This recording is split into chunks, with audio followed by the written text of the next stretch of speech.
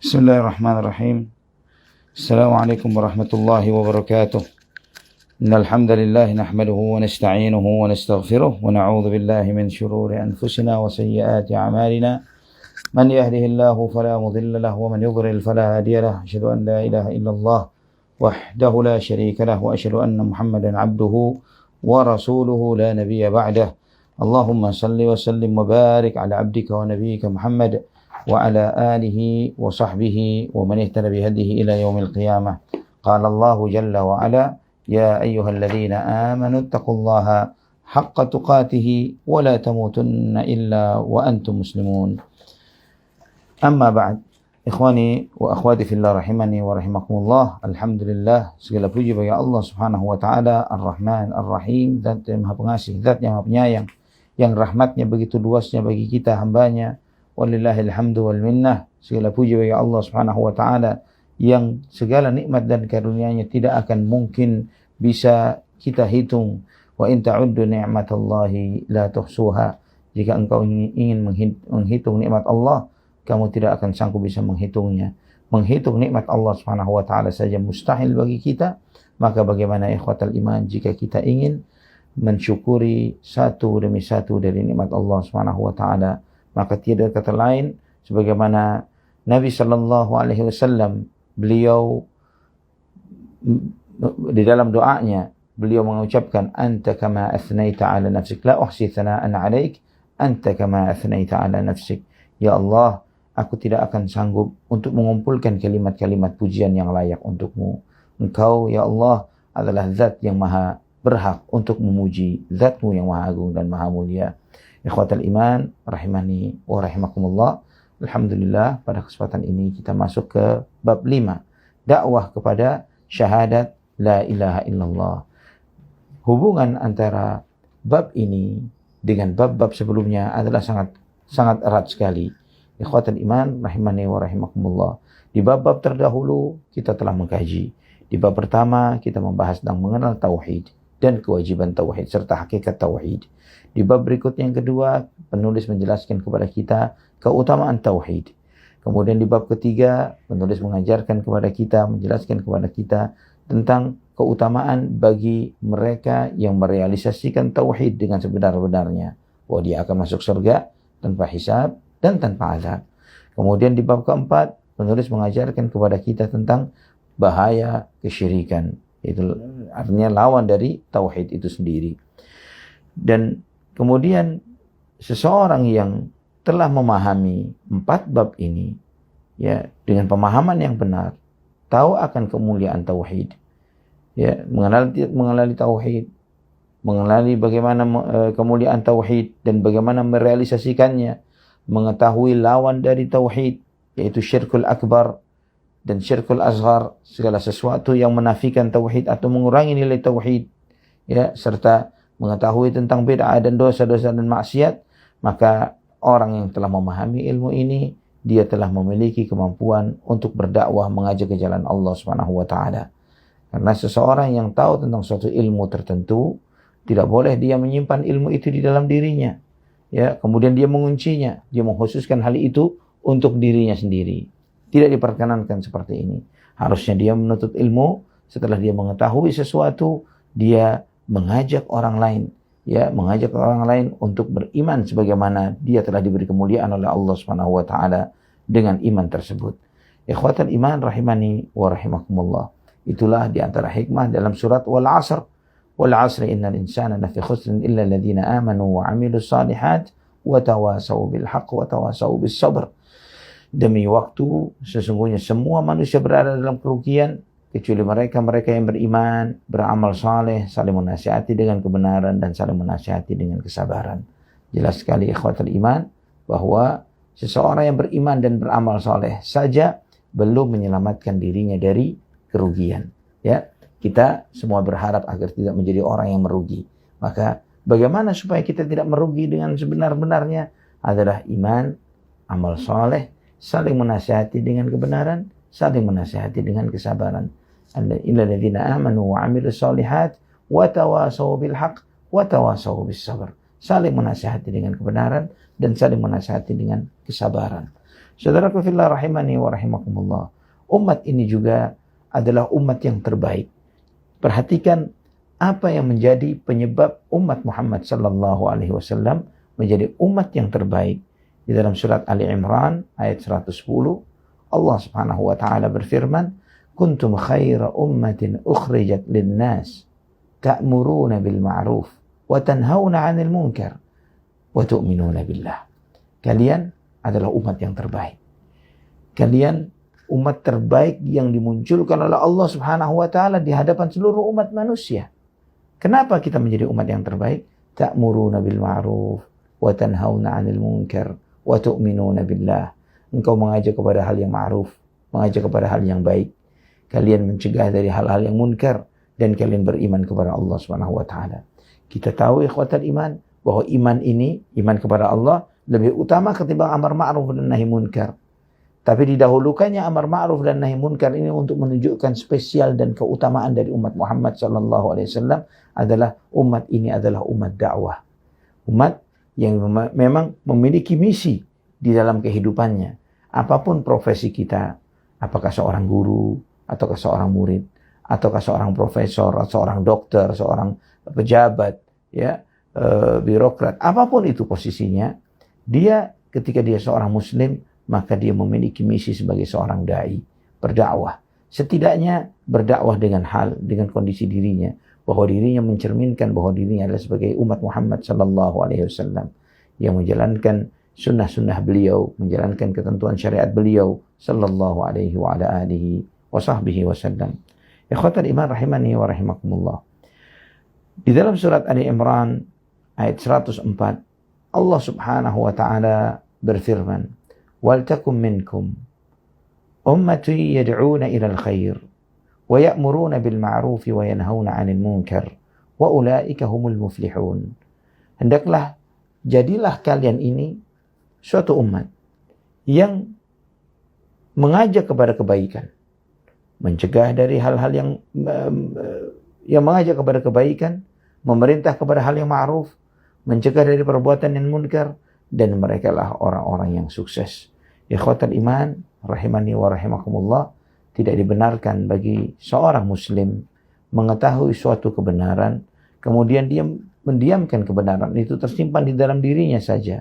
Lebih lagi adalah ilmu tauhid, lebih lagi adalah ilmu akidah. Karena ketika seseorang tidak mengerjakan tauhid, tidak mengamalkan tauhid, dia telah meninggalkan sesuatu yang sangat besar, ya. Atau ketika dia berbuat syirik, dia telah melakukan dosa yang tidak akan ada ampunannya baginya kecuali dia bertaubat kepada Allah Subhanahu wa taala. Ikhwatal iman rahimani wa rahimakumullah. Dan jangan sampai kita mengatakan sebagaimana sebagian kaum muslimin yang beranggapan, sudahlah, yang penting dirimu baik sendiri. Ya, kamu tidak perlu peduli dengan orang lain. Asal kamu baik, yang lain akan jadi baik juga. Tidak seperti itu, saudaraku fillah rahimani wa rahimakumullah. Sebagian orang yang mengatakan secara egoisnya, yang penting saya baik, ya, mau orang lain bagaimana, ya, itu urusan mereka dengan diri mereka dengan Allah Subhanahu wa taala. Asalkan sayanya sudah salat, sayanya sudah ini, sudah itu dan sebagainya. Seorang muslim tidak seperti ini. Perhatikan suratul Asr tadi, illal ladzina amanu wa 'amilus shalihat wa tawasaw bil haqq wa tawasaw bis sabr. Kecuali orang yang beriman, beramal saleh, saling menasihati dengan kebenaran dan saling menasihati dengan kesabaran. Artinya tidak cukup dengan iman dan amal saleh saja. Dan juga Nabi kita Muhammad sallallahu alaihi wasallam telah memberikan sebuah perumpamaan yang sangat menarik ketika beliau sallallahu alaihi wasallam memberikan contoh perumpamaan diriku, ya, perumpamaan kalian wahai umat Muhammad sallallahu alaihi wasallam, ya, seperti ada suatu kaum, suatu masyarakat, suatu kaum yang menyewa sebuah kapal yang sebagian ada di bagian atas kapal tersebut, sebagian lagi ada di bagian bawah dari kapal. Jadi kapal ini ada dua, ada bagian atas dan bagian bawahnya. Ya, di bagian atas biasanya VIP-nya. Bagian bawahnya adalah kelas ekonominya, ya. Dan di dalam kapal tersebut makanan dan minuman itu disuplai dari bagian atas untuk orang-orang yang ada di bagian bawah. Maka berkatalah sebagian orang yang berada di bagian bawah di kapal itu, mereka mengatakan, bukankah kita lebih dekat dengan air ketimbang orang-orang yang ada di atas? Jika kita mau, kita tinggal melubangin saja kapal ini, maka kita sudah dapat air. Kenapa kita harus menunggu suplai dari atas? Ya, Maka Nabi SAW bersabda, jika orang itu didiamkan, maka dia akan menenggelamkan dirinya dan menenggelamkan semua yang ada di kapal. Dan jika orang itu diselamatkan, dicegah dari apa yang dia perbuat, maka kita bukan hanya menyelamatkan dia, tapi kita juga menyelamatkan diri kita. Demikianlah ikhwatal iman, rahimani wa rahimakumullah. Ketika kita menasihati seseorang, memperbaiki suatu masyarakat, berusaha membuat orang itu lebih kenal akan kebenaran dan mengikuti kebenaran, bukan dalam konteks bahwa ingin memberikan orang lain supaya mereka selamat saja, tapi dalam konteks yang lain adalah kita untuk menyelamatkan diri kita sendiri, menyelamatkan diri kita dari azab Allah Subhanahu wa taala. Setidaknya sebagai hujjah bagi kita ketika kita ditanya oleh Allah, kamu telah saya beri ilmu, apakah ilmu itu telah engkau ajarkan atau tidak? Ya, ikhwatan iman, rahimani wa rahimakumullah. Kemudian di dalam bab ini penulis mengatakan bab berdakwah kepada syahadat la ilaha illallah. Dakwah ini adalah di antara kemuliaan yang Allah Subhanahu wa taala muliakan kita, umat Muhammad sallallahu alaihi wasallam. Dan seseorang yang telah dikenal, diberi anugerah oleh Allah dengan kemuliaan tauhid, mengetahui tauhid, mengetahui tentang kesyirikan, maka dia wajib tidak boleh, artinya dia wajib menyampaikan akan hal ini. Tidak boleh dia diam. Terutama kepada mereka-mereka yang belum paham tentang tauhid, yang terjerumus ke dalam syirkul akbar atau syirkul asghar. Ya, kita tidak boleh mendiamkannya. Berapa banyak dari kita yang mendiamkan fenomena hal ini, ya, dan mereka tidak peduli dengan keyakinan atau kesyirikan yang terjadi di masyarakatnya. Yang mereka ini masih banyak melakukan keyakinan-keyakinan yang sesat dan kufur dan syirik, ya, dan meninggalkan kewajiban-kewajiban yang besar, di antaranya adalah tauhid dan yang lain sebagainya. Andai kata para ulama, para talibul ilm, para penuntut ilmu agama, mereka ini bersatu padu satu dengan yang lainnya, mengingatkan saudara mereka sesama muslim yang masih terjerumus ke dalam kesyirikan. Kita melihat ikhwatal iman, ketika kita bicara syirik, meminta berkah kepada pohon dan batu dan yang lain sebagainya, apakah perbuatan syirik itu sudah tidak ada lagi di negeri kita? Ya, kenyataannya pada level pejabat sekalipun masih banyak yang melakukannya. Ya, ketika ingin membuka sebuah proyek tertentu, melakukan ritual-ritual ini dan itu, mengirimkan sesajen dan yang semisalnya. Ini jenis kesyirikan, syirkul akbar. Dan bagaimana kita mengharapkan keberkahan untuk tanah kita, untuk langit kita, untuk negeri dan bangsa kita, jika kita melakukan kesyirikan. Kita melihat, antum membaca, berapa banyak Allah SWT menceritakan kisah para nabi dan para rasul di dalam Al-Quranul Karim. Dan perhatikan, kenapa mereka terjerumus, kenapa mereka diadab oleh Allah Subhanahu wa taala. Ikhwatal iman, rahimani wa rahimakumullah. Penulis rahimahullah menyampaikan firman Allah Subhanahu wa taala, yaitu dalam surat Yusuf ayat 108. Firman Allah Subhanahu wa taala, "Qul hadhihi sabili ad'u ila Allah ala basiratin ana wa man ittaba'ani wa subhanallahi wa ma ana minal musyrikin." Katakanlah, inilah jalan, inilah agamaku. Aku dan orang-orang yang mengikutiku mengajak kamu kepada Allah dengan hujjah yang nyata. Maha suci Allah, dan aku tidak termasuk orang-orang yang musyrik. Perhatikan ayat ini. Ayat ini diantara sifat dari pengikut Muhammad sallallahu alaihi wasallam. Karena di dalam ayat ini ada ungkapan, ada kalimat, ana wa man ittaba'ani. Aku dan orang-orang yang mengikutiku. Bagaimana sifat mereka? Ya, ketika Allah SWT perintahkan kepada Nabi, qul, katakanlah Muhammad, hadhihi sabili. Inilah jalanku. Inilah jalanku. Ad'u ilallah. Aku mengajak ke jalan agama Allah, mengajak kepada Allah Subhanahu wa taala. Ala basiratin, di atas basirah, di atas ilmu, di atas hujjah yang nyata. Ana wa man ittaba'ani, aku dan orang-orang yang mengikutiku. Wa subhanallahi wa ma ana minal musyrikin. Maha suci Allah dan aku tidak termasuk orang yang menyekutukan Allah Subhanahu wa taala. Saudaraku fillah rahimani wa rahimakumullah. Ayat ini adalah ayat terakhir dalam surat Yusuf. Allah Subhanahu wa taala perintahkan kepada Nabi kita Muhammad sallallahu alaihi wasallam untuk mengumumkan kepada seluruh umat manusia tentang manhaj beliau, tentang garis yang beliau sallallahu alaihi wasallam beliau gariskan untuk dirinya dan untuk umatnya, kita semuanya. Apa itu? Berdakwah di atas ilmu, berdakwah di atas basirah, ya, berdakwah di atas hujjah yang nyata. Oleh karena itulah, jika seseorang berdakwah tidak berdasarkan ilmu, ya, maka dia tidak merealisasikan dirinya, sifatnya sebagai umat Muhammad sallallahu alaihi wasallam. Walaupun dia adalah orang berilmu, walaupun dia memiliki kapasitas ilmu fiqih dan yang semisalnya. Perintah kepada Nabi, qul, katakan wahai Muhammad kepada seluruh umat manusia. Sedangkan kita tahu, ikhwani wa akhwati fillah, rahimani wa rahimakumullah, bahwa semua ayat Al-Quran diperintahkan oleh Allah Subhanahu wa taala bagi kita, bagi Nabi sallallahu alaihi wasallam untuk menyampaikannya kepada umat manusia. Semua ayat Al-Quran, tidak boleh ada satu pun ayat yang disembunyikan oleh Nabi sallallahu alaihi wasallam. Ini menunjukkan jika semua ayat Al-Quran diwajibkan bagi beliau sallallahu alaihi wasallam untuk menyampaikannya kepada umat manusia, dan di sebagian ayat-ayat tersebut ada penekanan dan penegasan, qul, katakanlah, maka ayat itu mengandung perhatian yang lebih, yang memberikan perhatian yang harus kita lebih konsen, lebih perhatian terhadap apa yang disampaikan oleh Allah Subhanahu wa taala di dalam firman-Nya ini. Hadhihi sabili, inilah jalanku, jalan yang aku tempuh, jalan yang semestinya ditempuh oleh pengikutku, oleh umat Muhammad sallallahu alaihi wasallam. Sabil itu mufrad, ya, single. Dalam bahasa Arab tunggal. Subul jama'. Ya, di dalam ayat yang lain Allah Subhanahu wa taala, qul hadhihi sabili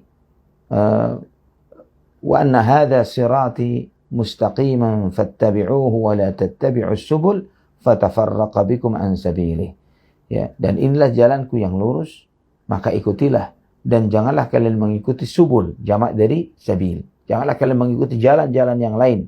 Fatafarraqa bikum an sabilihi, maka kalian akan tercerai-berai dari jalan Allah Subhanahu wa taala. Dzalikum wasaqum bihi la'allakum tattaqun. Demikianlah Allah berwasiat kepada kalian agar kalian bertakwa kepada Allah Subhanahu wa taala. Ikhwatal iman, ini menunjukkan kepada kita ada berapa jalan menuju Allah Subhanahu wa taala? Hanya ada satu jalan, yaitu jalan Nabi kita Muhammad sallallahu alaihi wasallam.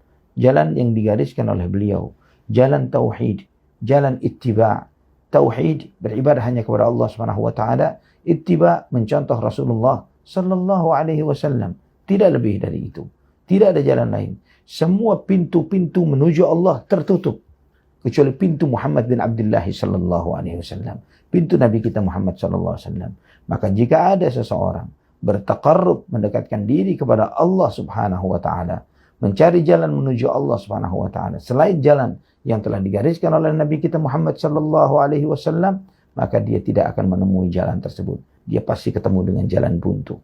Jangankan manusia biasa, saudaraku fillah rahimani wa rahimakumullah, Nabi sallallahu alaihi wasallam telah bersabda, "Walladzi nafsu Muhammadin biyadihi, law anna Musa hayyan ma wasi'ahu illa an yattabi'ani." Demi Allah yang jiwa Muhammad berada di tangannya, andai kata Musa alaihissalam masih hidup, dia tidak ada hak baginya kecuali dia harus mengikutiku, kata Nabi sallallahu alaihi wasallam. Wajib bagi Nabi Musa untuk mengikuti Nabi kita Muhammad sallallahu alaihi wa ala alihi wa sahbihi wasallam. Saudaraku fillah rahimani wa rahimakumullah. Jadi jalan kita menuju Allah adalah jalan yang digariskan oleh Rasulullah sallallahu alaihi wasallam, dan jalan ini sangat jelas. Jalan ini sangat gamblang, jalan ini sangat luas, tidak ada yang remang, tidak ada yang tersembunyi.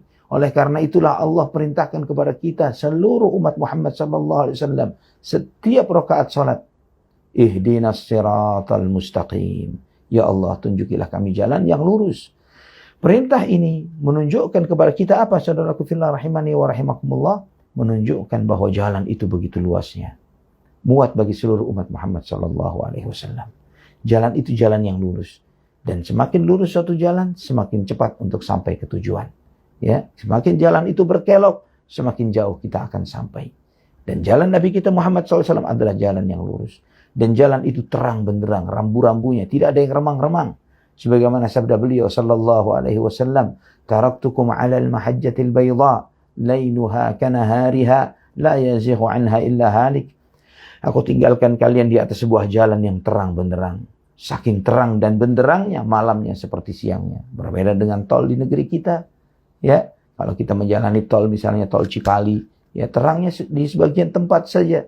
Tempat-tempat yang lainnya, jika lampu mobil kita bermasalah, maka bermasalah juga perjalanan kita. Namun jalan yang ditinggalkan oleh Nabi kita Muhammad sallallahu alaihi wasallam terang, sangat luar biasa terangnya. Saking terangnya, kata Nabi SAW, malamnya bagaikan siangnya. Malamnya seperti siangnya. La yazighu anha illa halik. Tidaklah seseorang menyimpang dari jalan yang aku gariskan, kata Nabi SAW, kecuali dia pasti binasa. Jadi tidak ada jalur tikus menuju Allah. Ya, jalur tikus yang tidak ada yang tahu kecuali tikus-tikus saja. Ya, tidak ada. Ya, jalur menuju Allah sangat jelas. Hanya yang digariskan oleh Nabi kita Muhammad SAW. Jadi jangan sampai kita tertipu, saudaraku fillah rahimani wa rahimakumullah. Jika ada seorang kiai, satu gus, atau habib, atau yang semisalnya, yang kemudian mereka mengatakan bahwa saya punya jalur spesifik menuju Allah yang tidak banyak diketahui oleh umat manusia. Tarekat ini, jalur ini, dan itu, dan yang lain sebagainya. Yang tidak ada di Quran, tidak ada di hadis, yang saya terima langsung dari hatiku, dari Allah Subhanahu wa Ta'ala, tidak melalui jalur yang digariskan oleh Allah Subhanahu wa Ta'ala dalam Al-Quran dan As-Sunnah Nabi Sallallahu Alaihi Wasallam, maka yakini bahwa dia adalah penipu. Ya, dia bukan seorang ulama, bukan seorang dai, bukan seorang ulama, tapi dia telah ingin berusaha untuk menyesatkan kita dari Allah Subhanahu wa Ta'ala. Ikhwatal iman rahimani wa rahimakumullah.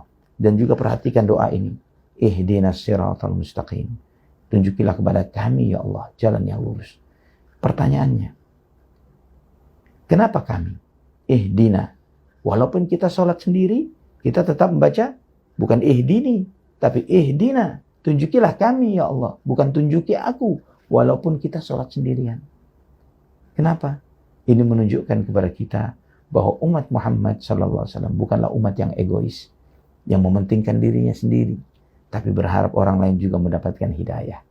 Mengharapkan saudara kita juga mendapatkan kebaikan sebagaimana kita mendapatkannya. Ya, hidayah itu, dan juga mengajarkan kepada kita bahwa doa yang kita panjatkan, kita minta kepada Allah, ya Allah, tunjukilah kami jalan yang lurus. Kita bukan sekedar mendoakan diri kita saja. Kita sedang mendoakan saudara kita sesama muslim yang sedang sholat di kanan kiri kita. Kita sedang mendoakan keluarga kita yang kita sholat di rumah itu. Kita sedang mendoakan saudara kita yang ada di komplek kita. Kita meminta kepada Allah, ya Allah, tunjukilah, bukan saya saja. Biar saya yang jalan sendiri di jalan ini, jangan ada orang lain. Tidak. Ya Allah, saya ingin masuk bareng-bareng ke dalam surganya Allah Subhanahu wa Ta'ala. Tidak sendirian. Ya, karena sendirian di surga itu nggak enak. Nabi Adam alaihissalam sendirian di surga. Maka merasa tidak enak sampai diciptakan Hawa, ya, untuk menjadi pendamping hidup Nabi Allah Adam alaihissalam di surga. Di surga akan indah ketika bersama-sama. Ikhwatal iman rahimani wa rahimakumullah. Bagaimana kita mengajak manusia? Ad'u ilallah. Aku berdakwah kepada Allah Subhanahu wa Ta'ala. Berdakwah mengajak kepada tauhid. Mengajak orang untuk menjadi hamba Allah yang benar. Hamba Allah yang sejati. Beribadah hanya kepada Allah Subhanahu wa Ta'ala. Jangan sampai saudara kita, terlebih lagi saudara kita sesama muslim, berbuat syirik. Ya, kita mengajak mereka untuk beriman kepada Allah dengan iman yang benar. Mengajak mereka untuk bertauhid kepada Allah Subhanahu wa Ta'ala. Juga kita mengajak kepada syariat yang lainnya. Karena semua syariat yang diajarkan oleh Allah adalah bentuk kesempurnaan dari tauhid. Maka dalam konteks ini, kita masuk juga misalnya mendakwahi orang-orang kafir agar beriman kepada Allah. Mendakwahi saudara kita sesama muslim yang masih terjerumus ke dalam kesyirikan, ke dalam kemaksiatan, agar mereka bertaubat kepada Allah Subhanahu wa Ta'ala. Yang masih berbuat meninggalkan kewajiban-kewajiban, agar mereka menjalankan kewajibannya. Yang masih melakukan perbuatan-perbuatan dosa dan maksiat, agar mereka meninggalkan perbuatan-perbuatan dosa tersebut. Ya, dan semua syariat Islam. Ketika ustadz-ustadz kita, dai-dai kita mengajarkan fikih muamalah misalnya. Ya, fikih muamalah, mengajarkan tentang bahaya riba, bahaya maisir judi, bahaya gharar dalam transaksi, dan yang semisalnya. Hakikatnya yang diajarkan oleh ustadz-ustadz kita tersebut adalah agar kita seutuhnya menjadi hamba Allah Subhanahu wa Ta'ala. Sebagaimana ikrar kita, inna salati wa nusuki wa mahyaya wa mamati lillahi rabbil alamin. Salatku, hidupku, salatku, sembelihan hewan kurbanku, hidup matiku untuk Allah Subhanahu wa taala. Ini ikrar kita, ikhwani wa akhwati fillah. Ya. Maka dengan demikian kita akan berusaha semaksimal mungkin untuk menjadi hamba Allah di dalam diri kita, hati kita, kehidupan kita sehari-hari. Bagaimana kita mencari nafkah, mencari harta, bagaimana kita membelanjakan harta, bagaimana kita dengan keluarga kita, dengan anak-anak kita. Terus demikian, bagaimana kita memaksimalkan ibadah kita kepada Allah Subhanahu wa taala di dalam segala aspek kehidupan kita. Ikhwatal iman rahimani wa rahimakumullah. Maka dari sini dakwah kepada Allah Subhanahu wa taala mencakup segala aspek, di mana ketika seseorang mengajak kepada agama Allah, ad'u ilallah, mengajak kepada agama Allah, mengajak agar mereka beriman kepada Allah Subhanahu wa taala, mengajak mereka agar meninggalkan segala hal yang diharamkan oleh Allah Subhanahu wa taala, dari yang terbesar yaitu syirik sampai yang lainnya. Dan juga ad'u ilallah di sini diberikan pelajaran oleh penulis di antara faedah-faedah dari apa yang beliau sampaikan, ya. Beliau mengatakan dalam kandungan bab ini, di bagian kedua, diingatkan dalam bab ini supaya ikhlas dalam berdakwah semata-mata karena Allah, karena kebanyakan orang kalau mengajak kepada kebenaran, justru ia mengajak kepada kepentingan dirinya sendiri. Ini yang disampaikan oleh penulis. Ini pelajaran bagi kita, karena sebagian orang ceramah, dakwah, ngajar, ya. Dan terlebih lagi di zaman seperti ini, ya, dengan model gadget seperti ini juga, kita bisa punya channel dan berdakwah dan yang lain sebagainya. Tapi misinya bukan untuk mengajak kepada Allah Subhanahu wa taala. Misinya adalah untuk memperbanyak pengikut, membuat orang menyanjung-nyanjung dan memuliakan dirinya. Ikhwatal iman. Profesi dakwah ini bukanlah suatu profesi yang diharapkan dengannya mencari dunia. Ini adalah amanah. Ini adalah misi dakwah para nabi dan para rasul. Profesi para nabi dan para rasul adalah sangat hina dan rendah, dan murahnya ketika kita melakukan hal yang mulia ini, kita harapkan adalah supaya dicintai manusia, supaya mendapatkan harta, supaya mendapatkan kedudukan dan yang lainnya. Begitu hinanya. Waliyadzubillah. Seorang da'i mesti belajar untuk ikhlas di dalam dirinya, meminta kepada Allah supaya hati ini tidak belok. Karena godaan syaitan terus-menerus setiap saat dan waktu mengajak orang untuk memalingkan hatinya dari Allah Subhanahu wa taala.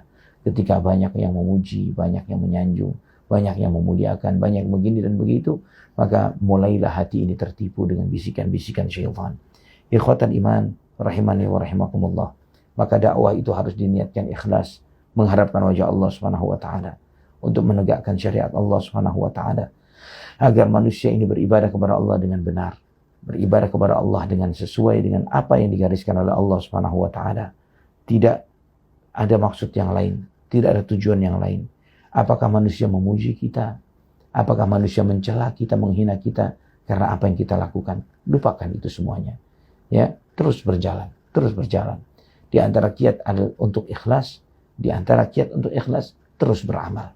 Jadi kita tidak sempat menunggu pujian orang. Beramal saja, lakukan kebaikan, terus beramal. Ya, kita tidak perlu peduli apakah manusia menyukai, tidak suka, mencela, menghina. Jalan terus berdakwah kepada Allah Subhanahu wa taala dan terus minta kepada Allah keistiqamahan. Ikhwatal iman, sebagian orang berdakwah ketika dia mendapatkan pujian, mendapatkan follower, mendapatkan subscriber yang banyak dan yang lain sebagainya. Ketika tidak mendapatkan itu, dia kendur dari dakwahnya, ya, mengharapkan dari apa yang diharapkan oleh manusia. Dan jika dakwahnya tujuannya adalah selain Allah Subhanahu wa taala, maka dia akan menyesuaikan konten dakwahnya sesuai dengan apa yang disukai oleh masyarakat. Maka dia mungkin mengerahkan kemampuannya untuk komunikasi yang hebat, lucu, menarik, dan lain sebagainya, yang menurut dia adalah yang paling disukai oleh umat dan masyarakat. Ikhwatal iman rahimani wa rahimakumullah. Dakwah ini ilallah, kepada Allah Subhanahu wa taala. Bukan mengajak seseorang untuk kepada dirinya sendiri atau kepentingan kelompoknya. Dakwah tauhid bukanlah seperti dakwah politikus. Ya. yang mengajak orang untuk memperbanyak suara untuk dirinya. Dakwah tauhid, bukan seperti dakwahnya selebgram, ya, yang berharap untuk mengharapkan banyaknya follower. Dakwahnya tauhid bukanlah dakwahnya YouTuber yang mengajak orang untuk banyak-banyakkan subscriber. Ya, dakwah tauhid adalah ad'u ilallah, berdakwah kepada Allah Subhanahu wa taala. Berdakwah kepada Allah Subhanahu wa taala. Ikhwatal iman rahimani wa rahimakumullah. Dan tingkat kesuksesan sebuah dakwah bukan dilihat dari berapa banyak yang mengikuti dakwah tersebut. Ya, bukan berapa banyak yang hadir di majelis ilmu seseorang. Berapa banyak yang berhasil ditaubatkan, dijadikan sebagai pengikutnya. Bukan seperti itu. Kita telah membahas pada bab sebelumnya, ya, tentang bab merealisasikan tauhid masuk surga tanpa hisab dan tanpa azab. Ada nabi yang hanya diikuti oleh beberapa orang saja. Ada nabi yang diikuti oleh 2 orang. Ada nabi yang diikuti oleh 1 orang. Ada nabi laisa ma'ahu ahad, yang tidak ada pengikutnya sama sekali. Subhanallah, nabi namun tidak ada pengikutnya sama sekali. Apakah nabi itu gagal dalam dakwah? Tidak. Nabi itu tidak gagal dalam dakwah karena kebenaran itu bukan dilihat berapa banyak pengikutnya. Ya, hidayah di tangan Allah Subhanahu wa taala. Menyampaikan petunjuk kebenaran kepada seseorang. Nabi SAW bersabda dalam hadis yang sahih dalam Sahih Bukhari dan Muslim, "Bi an yahdiyallahu bika rajulan wahidan khairun laka min humurin na'am." Jika engkau memberi hidayah kepada 1 orang, menyampaikan kebenaran kepada 1 orang saja, itu adalah lebih baik bagimu ketimbang harta yang sangat banyak. Ikhwatal iman rahimani wa rahimakumullah. Dan para salafun salih terdahulu tidak suka jika dirinya ini diikuti banyak orang. Ya, dia tidak suka dengan seperti ini. Dia takut jangan sampai memalingkan hatinya dari Allah Subhanahu wa taala. Ibnu Mas'ud radhiyallahu an, sekali waktu ketika beliau keluar dari rumahnya, ya, dia melihat ada beberapa orang yang menunggu di rumah Abdullah ibnu Mas'ud radhiyallahu an, seorang sahabat yang mulia, alim min ulama'is sahabah, di antara ulamanya para sahabat radhiyallahu anhum ajma'in. Subhanallah, di depan rumahnya beberapa orang menunggu ketika beliau hendak berjalan melaksanakan sholat. Kemudian ketika beliau keluar dari rumahnya, ingin ke masjid, maka orang-orang itu pun berjalan di belakang beliau. Yang berjalan di belakang Abdullah ibnu Mas'ud. Maka tidak lama Ibnu Mas'ud merasakan akan hal ini dan beliau pun menoleh. Melihat kepada mereka, irji'u, fa innahu fitnatun lil matbu' wa madzallatun lit tabi'. Bubar kalian, bubar. Jangan seperti ini, kata beliau. Kenapa?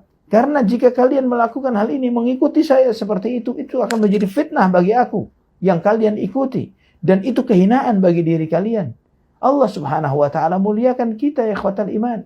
Bukan untuk menjadi orang yang begitu merendahkan dirinya kepada orang lain. Kita boleh merendahkan diri hanya kepada Allah Subhanahu wa ta'ala saja, tidak boleh kepada yang lain. Ya, tidak boleh kepada yang lain. Ikhwatal iman rahimani wa rahimakumullah. Ad'u ilallah. Aku berdakwah kepada Allah Subhanahu wa taala ala basirah, di atas basirah. Apa itu basirah? Basirah itu tingkat ilmu yang paling tinggi. Itu basirah. Tingkat ilmu yang paling tinggi adalah basirah. Ini mengajarkan kepada kita apa, ya saudaraku fillah, bahwa di dalam berdakwah harus modal ilmu. Di dalam berdakwah harus modal ilmu. Orang jahil, orang yang belum mengerti ilmu agama, belajar. Bukan ngajar, belajar ilmu agama. Jangan sampai dakwah ini dikotori dengan orang-orang yang belum mengerti ilmu agama. Mu'allaf, baru masuk Islam. Apa tugas dan tanggung jawabnya? Belajar agama, belajar ngaji, belajar sholat, belajar baca Quran, belajar untuk menuntut ilmu agama, rukun Islam, rukun iman. Bukan malah mengajar ke sana kemari. Ya, tiba-tiba baru masuk Islam dipanggil ustaz. Dan ikhwatul iman, duduk di depan jamaah itu adalah fitnah. Duduk di depan jamaah itu fitnah. Baru dipahami akan hal ini. Karena ikhwatul iman rahimani wa rahimakumullah, jika kita memanggil seorang mu'allaf, disuruh ceramah, ya, memanggil seorang mu'allaf disuruh ceramah, kemudian dia ditanya tentang ini dan itu, akibatnya apa yang terjadi ketika dia tidak tahu ilmu agama dan kemudian dia menjawab semau-maunya? Itu akan musibah dan masalah bagi dirinya dan bagi jamaah yang ada. Orang yang baru hijrah, ya, mantan penyanyi, mantan artis, mantan bintang film, mantan ini, mantan itu, mantan dan sebagainya. Tiba-tiba berubah postur tubuhnya, berubah tampilannya, memakai janggut dan tampilannya lebih santun, lebih adem, ya. Bukan tiba-tiba kemudian dipanggil untuk ceramah di sana kemari. Dia diperintahkan untuk belajar agama. Belajar agama. Ya, duduk di majelis ilmu. Bukan tiba-tiba ditarik ke depan untuk ceramah. Ini adalah suatu kesalahan. Sehingga ketika yang diidolakan, yang difigurkan adalah orang-orang yang awam dalam ilmu agama, apa yang terjadi ikhwatal iman? Ketika kemudian dia belok arah, maka itu menjadi fitnah bagi banyak orang. Ya, banyak. Ada juga beberapa mu'allaf, misalnya kemudian dia murtad lagi. Setelah dia dielu-elukan, disanjung-sanjung dan lain sebagainya. Orang yang hijrah, taubat dari perbuatan dosa dan maksiatnya, belok lagi. Dan itu menjadi fitnah bagi mereka yang menyanjung orang tersebut, yang terdahulunya menyanjung orang itu. Ikhwatan iman, rahimani wa rahimakumullah. Dan juga, dakwah ini banyak ujiannya. Ketika misalnya kita di antara ujian itu, misalnya, ada orang yang mempermasalahkan kita dari apa yang kita ajarkan, mengkritisi sesuatu, dan kemudian orang itu kita bantah, ya, orang itu menyampaikan syubhat dan kita ingin membantahnya karena menyampaikan suatu syubhat, tapi kita tidak punya ilmunya, maka akan terkesan di depan orang banyak, ustadz ini nggak ngerti sesuatu, ya, ternyata lawan dakwahnya lebih pintar, lebih ngerti, dia kayaknya lebih benar daripada si ustadz ini. Ini di satu sisi.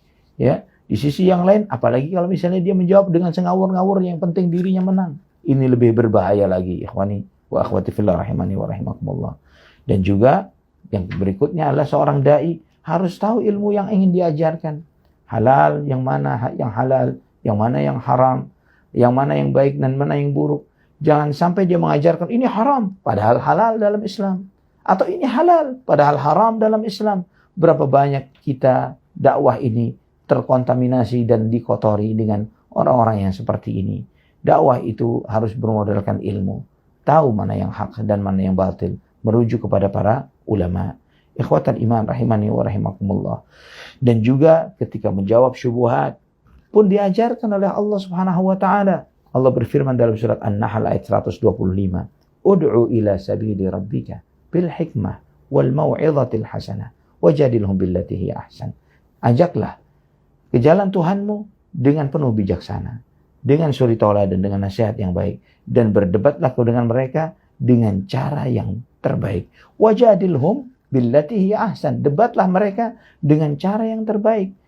Jadi di sini bukan sekedar debat kusir, ngeyel-yelan, bukan seperti itu, tapi dengan ilmu. Ya, maka ketika seseorang memiliki modal ilmu, maka insya Allah dakwahnya akan di atas petunjuk sebagaimana dakwah Nabi kita Muhammad sallallahu alaihi wasallam. Ikhwatan iman rahimani wa rahimakumullah, kita melihat, saya ingin melihat apakah ada pertanyaan yang disampaikan dari antum, dari kajian yang Anda sampaikan ini. Kita sudah 30, tidak terasa 39 menit dari materi yang Anda sampaikan. Insya Allah bagian dari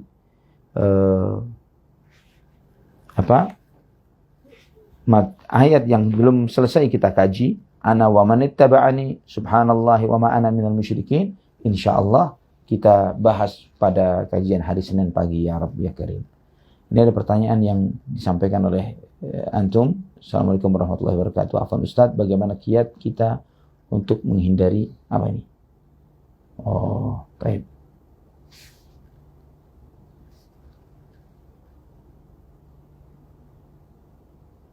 Oke, ini ada pertanyaan begini.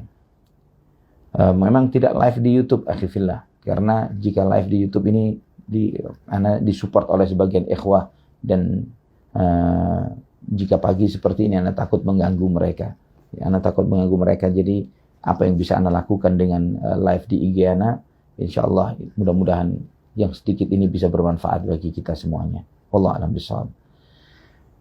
Seringkali kita hendak share postingan dakwah atau poster video ceramah asatidz, dibayangin was-was peringatan Allah Subhanahu wa taala dalam surat As-Saff ayat 2 sehingga tidak jadi di-share. Mohon bimbingan dan nasihatnya. Barakallahu fiik. Ikhwani wa akhwati fillah rahimani wa rahimakumullah. Ketika menyebarkan suatu kebaikan, bukanlah syarat amar ma'ruf nahi munkar kita harus bersih dari suatu dosa dan maksiat. Ya, bukan berarti ini ekstrimnya. Jika Anda belum sholat, Anda tidak mengajak orang lain atau memerintahkan orang lain untuk menjalankan sholat. Bukan seperti itu. Ya, bukan seperti itu. Tetap ajak kepada kebaikan. Dan hal-hal yang seperti ini sebagai bentuk introspeksi kita kepada Allah Subhanahu wa taala. Kita belajar, ya Allah, ya kita belajar bahwa saya mengajak orang, ya misalnya orang tua, dia tidak sholat. Bagaimana dia mendiamkan istri dan anak-anaknya untuk tidak sholat? Ini musibah. Boleh, bukan artinya boleh. Jadi jika dia tidak sholat, jangan sampai dia mendiamkan keluarganya, terutama anak-anaknya, untuk tidak sholat. Ya, ketika dia belum taubat dari suatu dosa, bukan berarti dia kemudian mendiamkan orang yang dia cintainya terjerumus ke dalam dosa yang sama.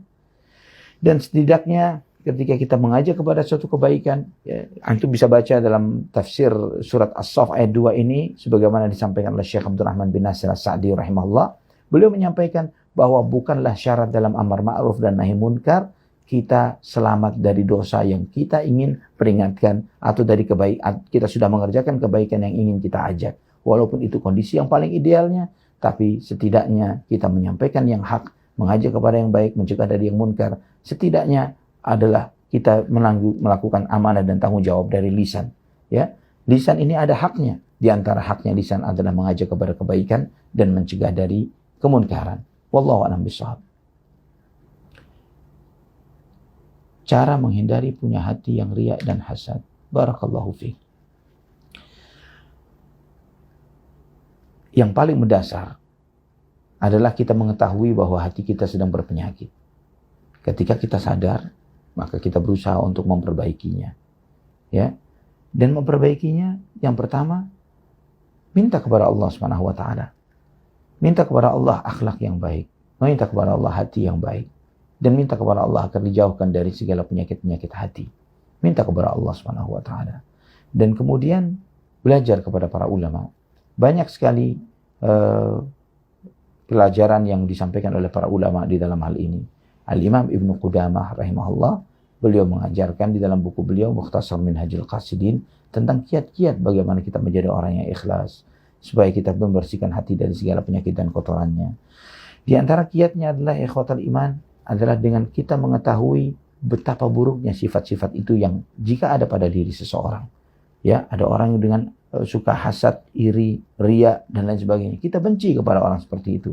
Bagaimana kita membenci seseorang dengan sifat yang seperti ini dan kita pun memiliki sifat yang sama. Wal'iyadzubillah. Banyak sekali kiat-kiatnya. InsyaAllah mudah-mudahan ketika kajian kita dalam kitab Tauhid, di bagian salah satu bagian buku ini adalah membahas tentang amalan-amalan hati. Yang nanti insya Allah jika kita diberi anugerah oleh Allah untuk bisa istiqamah mengkaji buku ini, kita akan memasuki materi tersebut. Wallahu a'lam bishawab. Ya, bagaimana cara-cara memberikan nasihat kepada orang tua yang masih percaya dengan dukun? Ya, di antara kiatnya seringkali saya sampaikan, ajarkan kepada mereka, ajukan pertanyaan-pertanyaan kepada mereka terkait tentang tauhid rububiyah. Ya, jika Allah Subhanahu wa taala menghendaki kebaikan bagi seseorang atau suatu masyarakat dan ada di antara orang-orang itu yang ingin mencelakai orang tersebut, mana yang terjadi? Ada dukun santet ingin menyantet seseorang misalnya. Dan Allah Subhanahu wa taala ingin menyelamatkan orang itu. Mana yang lebih yang menang? Dukun santetnya atau Allah Subhanahu wa taala? Ya, ini sekedar contoh saja. Ya, dalam memberikan manfaat dan madarat tidak ada selain Allah Subhanahu wa taala. Jika pawang hujan menginginkan supaya hujan itu tidak turun dan Allah menghendaki untuk turun hujan, siapa yang terjadi? Kehendak Allah apa pawang hujan? Ya, terus demikian bahwa tauhid rububiyah itu adalah hujjah untuk tauhid uluhiyah. Wallahu a'lam bishawab. Apa hukumnya akun dakwah namun diselipkan dagangan di setiap postingannya? Wallahu a'lam bishawab. Yang seperti ini tidak mengapa. Wallahu a'lam bishawab. Kenapa tidak mengapa? Karena jika saya husnudzan kepada sebagian ustaz, sebagian dai, yang mereka ini berdakwah lillah karena Allah Subhanahu wa taala. Dan di samping itu mereka memiliki profesi, ya, yang saya kenal dari dai-dai, sebagian dai-dai kita, mereka tidak mencari nafkah dari dakwahnya. Karena mereka memiliki amanah ilmu, mereka berdakwah. Tapi ada amanah keluarga, mereka mencari nafkah dengan amanah keluarganya. Maka di dalam hal seperti ini, dakwah dia sampaikan. Bukan berarti seorang da'i kemudian dia mengesampingkan amanah dan tanggung jawabnya berupa keluarga, anak-anak yang harus dinafkahinya. Jadi postingan dakwah seperti itu baik, tidak mengapa. Ya, jika ada salah satu bagian dari postingan dakwahnya dia sisipkan dagangan dan yang semisalnya, itu di antara ikhtiarnya, ya Rabb ya Karim, adalah ikhtiarnya supaya dia tidak makan dari dakwah, tapi makan dari usaha dagangannya. Wallahu a'lam bishawab. Ya. Bagaimana menasihati orang yang masih percaya dukun dan kagum dengan kehebatan dukun? Apa yang dikagumi dari kehebatan seorang dukun? Apa ada dukun sakti yang tidak mati? Ya, mati. Dan rata-rata mati ya su'ul khatimah. Bagaimana sesuatu yang seperti ini dikagumi? Ya.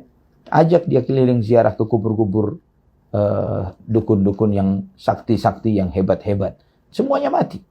Dan jika kita mengetahui hakikat kondisi mereka di dalam kubur, wal'iyadzubillah, dia akan menyesal karena kagum kepada seorang dukun.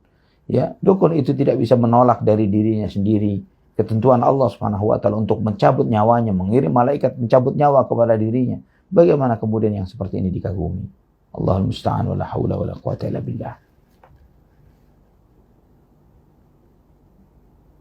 Barakallahu fiik, ahabbaka alladhi ahbabtani lahu.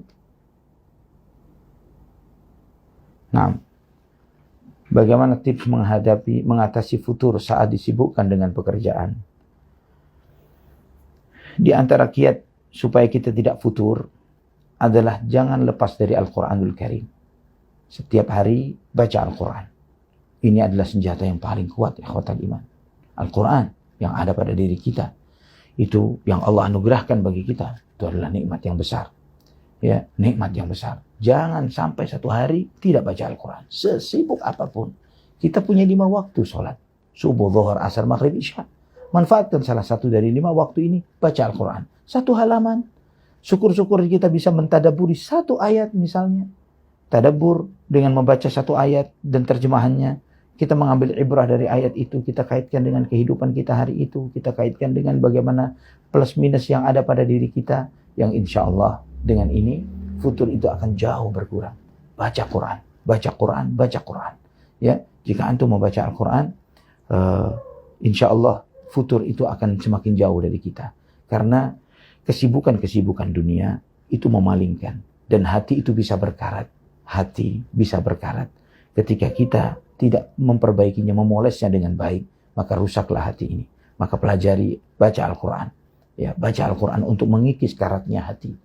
Dan membuat kita cepat kembali kepada Allah Subhanahu wa taala. Wallahu a'lam bishawab. Ilmu tasawuf. Sebagian kita menganggap ilmu tasawuf ya, itu maksudnya adalah ilmu tazkiyatun nafs. Ya, jika yang dimaksud ilmu tasawuf adalah tazkiyatun nafs, maka tidak masalah. Tapi jika dimaksud adalah tasawuf falsafi, karena tasawuf ini ada 2 kelompok besar, ya. Tasawuf falsafi dan tasawuf ta'abbudi, ya, tasawuf yang bersifat filsafat seperti Ibnu Arabi, wahdatul wujud, manunggaling kawula Gusti dan yang semisalnya. Ini adalah keyakinan kufur yang dilakukan oleh sebagian kaum sufiyah dan ini sangat ditentang oleh para ulama. Kemudian yang kedua yang sifatnya ibadah saja. Beribadah. Namun rata-rata mereka beribadah tanpa ilmu. Ini di antara penyimpangannya ilmu tasawuf. Ya, kebagian orang tasawuf. Jika mereka kecenderungannya adalah saya cuma mengambil dari sisi tazkiyatun nafs, kesucian jiwa, tentang kezuhudan, tentang ikhlas dan sebagainya, arahkan kepada kitab-kitab para ulama ahlus sunnah wal jamaah seperti Al-Imam Ibnu Qayyim rahimahullah dan yang lainnya, ya Ibnu Taimiyah dan Ibnu Qudamah Al-Maqdisi, Ibnu Rajab Al-Hambali. Banyak ulama-ulama salaf, ulama-ulama ahlus sunnah yang mengajarkan hal yang sama dan bersih dari kotoran-kotoran bid'ah dan yang semisalnya. Wallahu a'lam bishawab. Ana minta izin share video dan poster antum. Boleh, dengan senang hati. Barakallahu fiik wa jazakallahu khairan. Barakallahu fiik wa jazakallahu khairan. Bagaimana hukum musik dalam Islam? Ikhwatan iman, rahimani wa rahimakumullah. Saya sarankan jika Anda ingin, saya ingin memberikan jawaban singkat, tapi saya sarankan untuk mendengar salah satu rekaman ceramah yang disampaikan oleh teman kita, saudara kita, sahabat kita, ustadz kita, Ustadz Syafiq Reza Basalamah hafizahullah. beliau memiliki satu ceramah yang cukup komprehensif, cukup lengkap ketika menjelaskan tentang hukum musik di dalam Islam. Ustaz Syafiq Reza Basalamah hafizahullah, antum bisa melihat di YouTube, ada banyak ceramah beliau tentang hal ini. Dan hukumnya sesuai dengan sabda Nabi kita Muhammad sallallahu alaihi wasallam dalam Sahih Bukhari, la yakunanna ala ummati aqwamun yastahilluna al-hira wal harir wal khamar wal ma'azif. Ya, akan ada dari umatku ini suatu kaum yang mereka ini menghalalkan zina, menghalalkan sutra, menghalalkan khamar, dan menghalalkan alat-alat musik. Ya, akan ada dari umatku, mereka akan menghalalkan zina, menghalalkan khamar, menghalalkan sutra, dan menghalalkan alat-alat musik. Ini sabda Nabi SAW dalam Sahih Bukhari. Pertanyaannya, jika Nabi menyampaikan nanti akan ada umatku yang menghalalkan zina, menghalalkan sutra, menghalalkan khamar, menghalalkan alat-alat musik, menurut Nabi hal tersebut halal atau haram? Ya, ini haram. Ya, ini sesuatu yang haram, dan ijma' para ulama madhab Malik, Hanafi, Syafi'i, Malik, Imam Abu Hanifah, Imam Malik, Imam Syafi'i, Imam Ahmad rahimahumullah, mereka sepakat mengatakan bahwa musik itu haram. Wallahu a'lamu bishawab. Pertanyaan yang di inbox. Sebentar. Nah.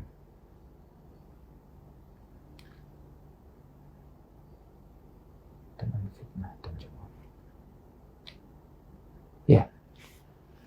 Bagaimana agar kita ikhlas dan tidak terbebas dari cemoohan? Anda jika ingin ikhlas, tidak mungkin terbebas dari cemoohan. Jika ingin ikhlas, pasti ada yang mencemooh. Karena cemoohan, celaan itu ujian keikhlasan. Ya, tidak mungkin kita mau ikhlas, tapi di saat yang sama jangan sampai ada orang yang mencemooh dan menghina saya. Ya akhi, tidak ada manusia yang lebih ikhlas melebihi Nabi kita Muhammad sallallahu alaihi wasallam. Tidak ada yang lebih sempurna beliau sallallahu alaihi wasallam. Dari sebelum menjadi nabi sampai beliau wafat sallallahu alaihi wasallam. Apa cacat beliau? Tidak ada. Tapi celaan banyak terhadap beliau sallallahu alaihi wasallam. Jadi di antara penghalang seseorang untuk menjadi seorang yang ikhlas adalah ketika seseorang itu baper terhadap pujian dan celaan. Ketika kita baper terhadap celaan dan pujian, maka kita tidak akan menjadi orang yang ikhlas. Itu harus dipangkas dari hati. Bahwa kita beramal bukan karena pujian seseorang, bukan karena celaan seseorang. Allah subhanahu wa ta'ala. Tidak ada yang lain. Wallahu a'lam bishawab. Di sini ada beberapa orang yang mendalami ilmu tarekat. Bagaimana menjelaskan bahwa ilmu itu salah satu ilmu yang sesat. Barakallahu fiik. Tarekat yang benar, tarekat Rasulullah sallallahu alaihi wasallam. Tarekat Rasulullah sallallahu alaihi wasallam. Ya, ketika ada orang mengajar ini tarekat Syekh Abdul Qadir Jailani, ini tarekat Syekh ini tarekat Syekh itu tarekat. Kita tanya, bagaimana dengan tarekat Muhammad sallallahu alaihi wasallam? Bagaimana dengan tarekat yang diajarkan beliau sallallahu alaihi wasallam kepada Abu Bakar, Umar, Uthman, Ali radhiyallahu anhum ajma'in. As-sabiquna al-awwaluna minal muhajirin wal ansar. Ya, dari kalangan muhajirin dan ansar. Tarekat mana yang lebih mulia? Tarekat mana yang lebih mulia? Jika tarekat Muhammad bin Abdullah sallallahu alaihi wasallam, tarekatnya Abu Bakar wa Umar wa Uthman wa Ali radhiyallahu anhum ajma'in adalah tarekat yang paling agung dan paling mulia, yang paling lurus, yang jalannya terang benderang, tidak ada jalur khusus, tidak perlu cari-cari guru, baiat-baiat guru, tidak perlu pasang poster-poster guru, ya. Hanya cukup dengan beriman kepada Allah Subhanahu wa taala dan rasulnya, mengikuti Al-Qur'an dan sunnah Nabi sallallahu alaihi wasallam. Itulah tarekat yang paling benar. Tarekat yang mengantarkan kita kepada Allah Subhanahu wa taala. Jangan sibuk dengan tarekat yang tidak jelas. Ya, yang tidak memiliki kejelasan kepada Nabi sallallahu alaihi wasallam. Seperti saya sampaikan, tidak ada jalur tikus menuju Allah. Jalur menuju Allah terang benderang, luas, lebar. Ya. Tidak ada jalur harus melalui guru ini, harus cari ke pesantren itu dan ini, harus begini, harus bertapa, harus, tidak ada. Ikuti Al-Quran, ikuti sunnah Nabi SAW yang telah Allah buka sebuka-bukanya. Cahaya kebenaran Islam, saudaraku fillah rahimani wa rahimakumullah, lebih terang dari matahari. Lebih terang dari matahari. Allah buka matahari seterang-terangnya karena umat manusia butuh. Demikian pula kebenaran. Allah buka seluas-luasnya, sebesar-besarnya, karena manusia butuh akan kebenaran ini. Butuh Quran, butuh hadis-hadis Nabi sallallahu alaihi wasallam. Wallahu a'lam bishawab. Mungkin sampai di sini saudaraku-saudaraku fillah rahimani wa rahimakumullah, kesempatan kajian pada pagi hari ini. Insyaallah kita akan lanjutkan pada hari Senin. Kajian kita akan mulai lagi pada hari Senin ngaji kitab tauhid ini, dan mungkin 3 hari Senin, Selasa dan Rabu saya minta kepada salah satu ikhwah yang membantu ana di dalam channel dakwah ini untuk membuat rekaman kajian untuk hari Senin, Selasa dan Rabu, karena kebetulan ada sebagian ikhwah yang ngajak ana untuk melakukan kegiatan, ya bukan sifatnya kegiatan dakwah tapi insyaallah memberikan manfaat bagi semuanya. Kebetulan ada salah seorang sahabat Ustaz kita, Ustaz Badrus Salam hafizahullah, beliau memiliki hobi yang menarik, doyan mancing beliau ya, dan kemudian memberikan seringkali menggoda ana untuk coba ikut mancing, dan akhirnya ana terpancing juga untuk ikut dengan beliau, tapi yang untuk sesi besok tidak dengan Ustaz Badru, tapi insyaallah nanti berikutnya dengan beberapa ikhwah mengajak ana untuk ke laut. Tapi sebelumnya insyaallah besok ana akan membuat rekaman untuk kajian Senin, Selasa dan Rabu. Insyaallah Allah Subhanahu wa taala mudahkan supaya kajian ini tidak terputus. Barakallahu fikum. Aqulu qauli hadza, subhanakallahumma wa bihamdik, asyhadu an la ilaha illa anta, astaghfiruka wa atubu ilaik. Assalamualaikum warahmatullahi wabarakatuh. Barakallahu fikum ikhwatal iman.